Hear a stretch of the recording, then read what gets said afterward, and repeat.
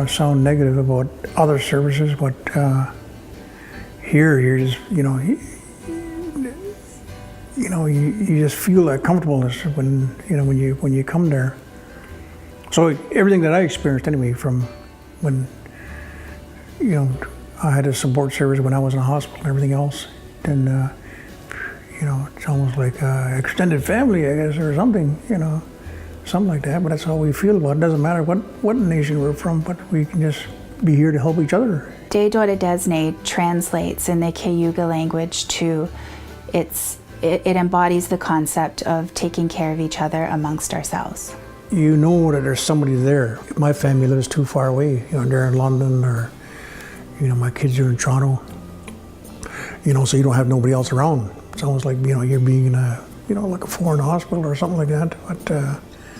But knowing you got one of your own people overseeing it. They're not just saying, well, we'll do this or we'll do this, So that's the way I look at it anyway.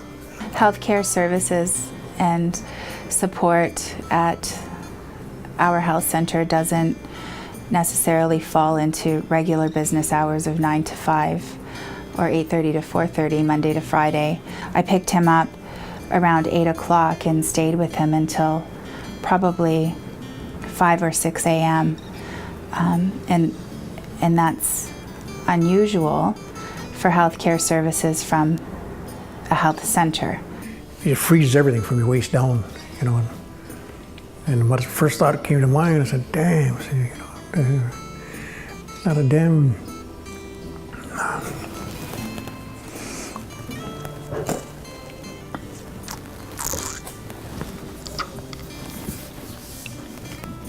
Maybe too many feelings attached to it.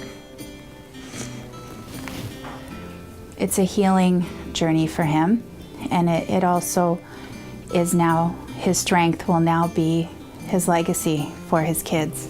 Yeah, I was thinking of Curtis because he was asking, like when he knew I had that leg gone, and he was pretty upset anyway. My daughter wouldn't look at it, for a while. Don't worry about it. We'll still be able to do things anyway. One time I fell out the bike and heard a damn bus going by, and here's my leg laying over there, and I fell out the bike and the bus slowed down, and I was trying to wave him on, you've seen somebody fall out their bike before? But I guess maybe I didn't notice because my leg was laying over there, because it was too loose and it fell off, eh? But after that, I tried to think of these kind of incidents as to to just take you out of any kind of kind of depression, I guess it takes you into. It kind of pulls you together more as a family, I guess. If I go to Toronto and back to get the kids and I start to get tired out, like saying, oh, well, I can't see you, or I can't take you. It never entered my mind. So I use this thing to, go to Food Basics and back. So I try to get everything ready before the time I go after them anyway.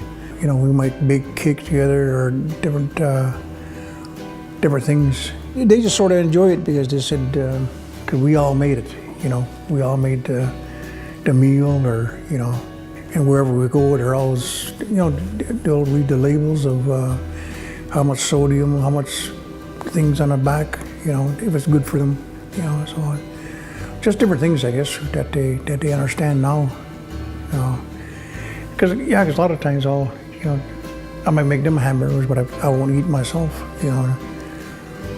because I can't, have something real greasy, but I try to bake everything because it drains up most of the stuff. I try not to get into that grease at all, and I show them if I do make something on there, I show them how much grease is in there.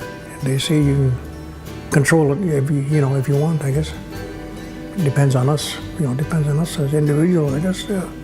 After everything that we experienced together, I don't look at it as it is Curtis's story, but a little bit of his story is now part of my own story. One of the most powerful statements he said was that if we wanted him to, he would stand up to tell his story. and he would stand because he could. You know, I want to be around for, help my kids as much as I can, you know, be much a part of their lives. You know, you gotta live life to fullest.